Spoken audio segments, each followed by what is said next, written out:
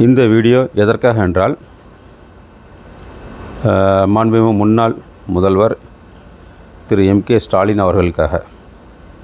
நீங்கள் திராவிட மாடல் ஆட்சியில் 5 ஆண்டுகள் அதிக சாதனை செய்தீர்கள், நல்லது நிறைய செஞ்சீங்க. ஆனாலும் நீங்கள் முதற்கொண்டும் தோல்வியை தழுவ வேண்டிய நிலைமை வந்தது. அது மக்களின் சினிமா மோகமோ ஏதோ எடுத்துக்கொள்ளலாம்.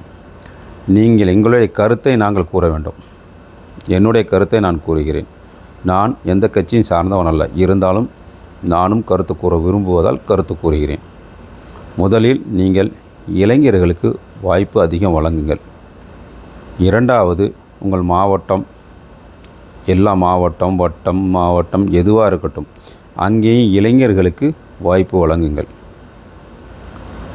பின்னர் நீங்கள் சோசியல் மீடியாவில் உங்களது ஆட்சியின் சாதனைகளை எதுவாக இருந்தாலும், ஒரு சிறிய விஷயமாக இருந்தாலும், ஒரு தெருவில் ரோடு போட்டாலோ இல்லை தெருவை க்ளீன் செய்தாலோ அதையும் நீங்கள் சோசியல் மீடியாவில் பதிவேற்று உங்கள் ஐடி விங் பதிவேற்ற வேண்டும்.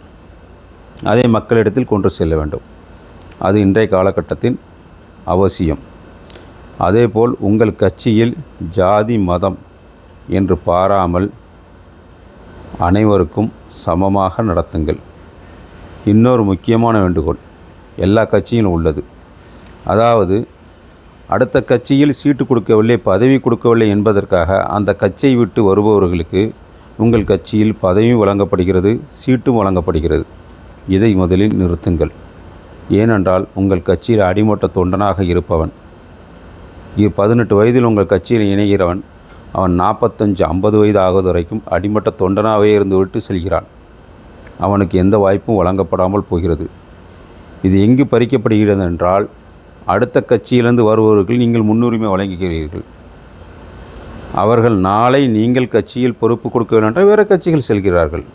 ஆனால் உங்கள் அடிமட்ட தொண்டன் என்ன செய்தாலும் உங்களுக்காகவே இருக்கிறான். அவர்களுக்கு முன்னுரிமை வழங்குங்கள், அவர்களை மேம்படுத்துங்கள். அவர்கள்தான் உங்கள் கட்சியின் தூண்கள். உங்கள் தூண்களை பலப்படுத்துங்கள். இது எங்களுடைய வேண்டுகோள், இது என்னுடைய வேண்டுகோள்.